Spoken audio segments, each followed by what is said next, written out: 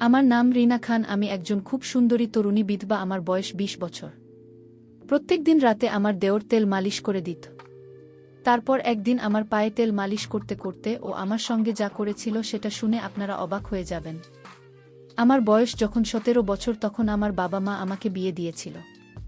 তারপর আমার বিয়ের কয়েক বছর পরেই তো স্বামী মারা যায়।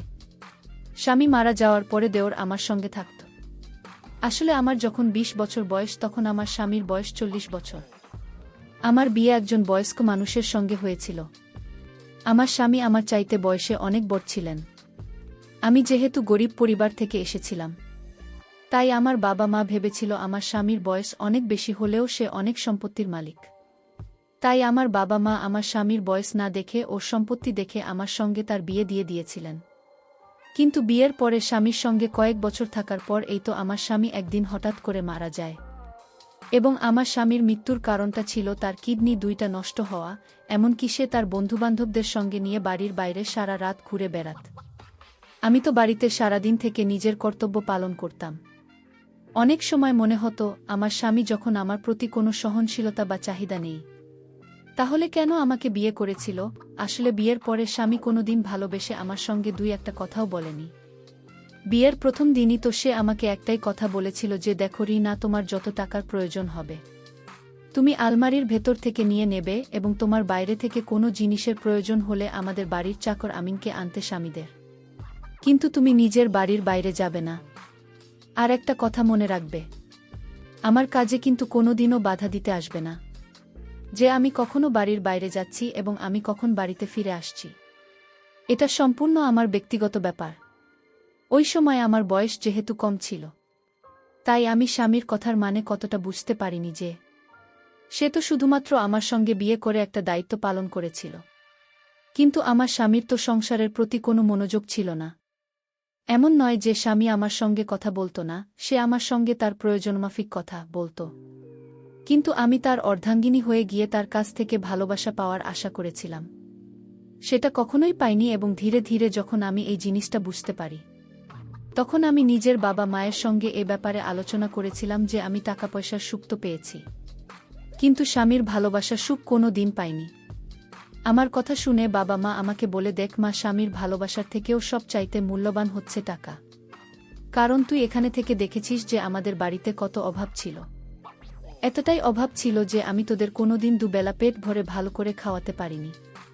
কিন্তু তোর যেখানে বিয়ে দিয়েছি সেখানে অন্ততপক্ষে টাকা পয়সা সত্য আছে এবং তোর ঘরে বিয়ে দিয়েছি বলে আজ আমরা পেট ভরে দুবেলা খাবার খেতে পারছি।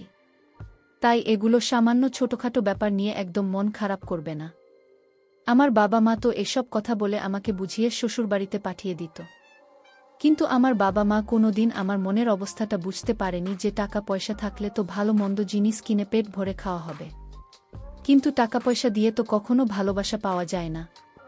আসলে আমার স্বামী আমাদের বিয়ের পরে কিন্তু আমার গরিব বাবা মাকে প্রতি মাসে টাকা পয়সা দিয়ে সাহায্য করত, এবং এটার জন্য আমি খুব খুশি ছিলাম যে আমার স্বামী অন্ততপক্ষে আমার গরিব বাবা মায়ের ব্যাপারে তো এতটা ভাবে।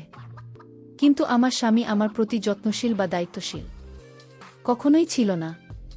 এইভাবেই আমার জীবনটা চলছিল। আমি ঘরে থেকে আমার দায়িত্ব পালন করতাম, আর আমার স্বামী প্রত্যেক দিন নিজের বন্ধুবান্ধবদের সঙ্গে আড্ডা দিত। এইভাবে কয়েকটা বছর কেটে যাওয়ার পরে যখন আমার স্বামী হঠাৎ করে মারা যায়, তখন আমি কিন্তু সম্পূর্ণভাবে একা হয়ে পড়ি এবং আমাকে ওই অবস্থায় দেখে আমার দেওর আর বিদেশে যায়নি। আসলে আমার দেওর ছোট থেকেই বাইরে পড়াশোনা করত, কারণ আমার স্বামী খুব ভালো করেই জানেন যে তার ভাই যদি তার কাছে থাকে তাহলে সেও কিন্তু তার মতোই হয়ে যাবে। তাই আমার বোন নিজের ভাইয়ের ভালো ভবিষ্যতের কথা ভেবে তাকে বাইরে রেখেছিল। আর আমার শ্বশুর শাশুড়ি তো অনেক আগেই মারা গিয়েছিল। এদিকে আমার দেওরের বয়স ১৫ বছর হলেও তাকে দেখে তো মনে হতো না যে সে একজন ১৫ বছরের ছেলে। স্বামী মারা যাওয়ার পরে আমি অনেক বেশি খামখেয়ালি হয়ে পড়েছিলাম। আমার তো কারো সঙ্গে কথা স্বামীকেও ভাল লাগত না। যতই হোক না কেন, একটা বিধবা মহিলা, একটা মহিলার মধ্যে অনেকটা পার্থক্য রয়েছে। তারপর স্বামীর মারা যাওয়ার পরে বেশ কিছুদিন পর্যন্ত আমাদের বাড়িতে স্বামীর আত্মীয় স্বজনেরা ছিল। ওই সময় তো নিজের মনের কষ্টটা কান্নার মাধ্যমে তাদের সামনে প্রকাশ করে নিজেকে একটু হালকা করতাম।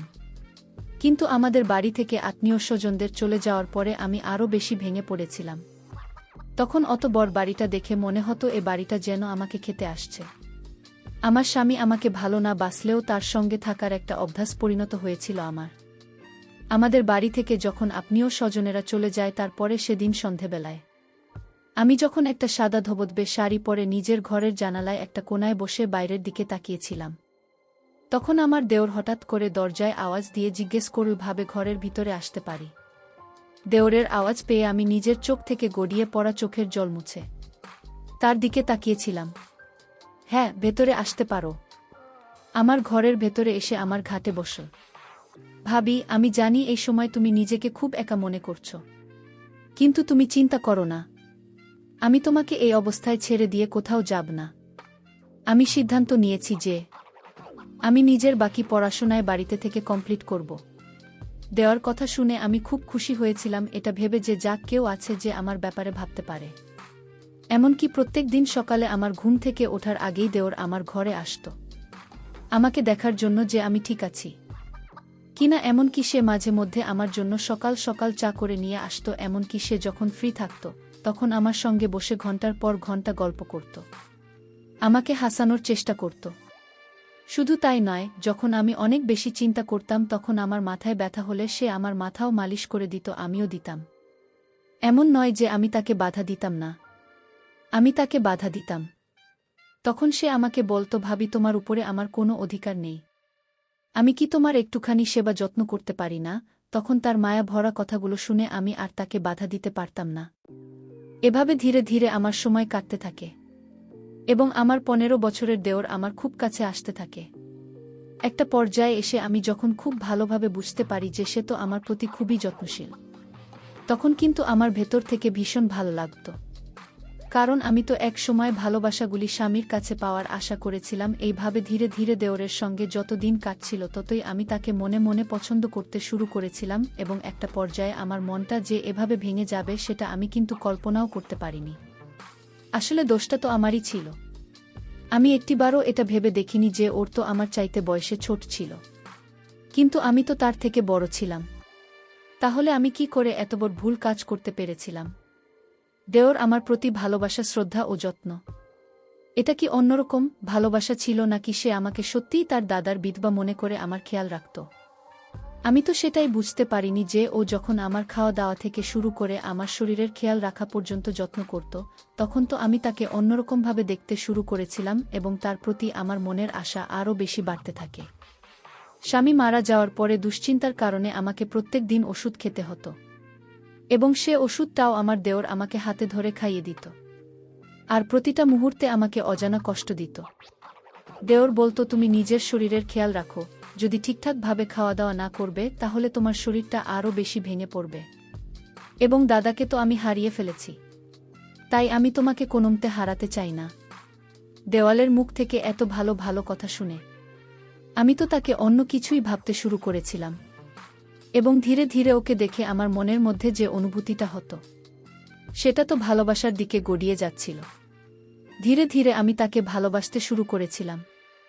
এমনকি এইভাবে প্রায় 3-4 মাস কেটে যাওয়ার পরে আমি নিজেকে আমার 15 বছরের দেওয়ার জন্য আবার নতুন করে সাজাতে শুরু করেছিলাম। আসলে আমার স্বামী তো আগে কোনোদিন আমার প্রতি এতটা ভালোবাসা ও যত্ন শ্রদ্ধা দেখায়নি, তাই দেওরের কাছে এত বেশি যত্ন পেয়ে আমি তাকে মনে মনে অনেক বেশি ভালোবাসতে শুরু করে দিয়েছিলাম।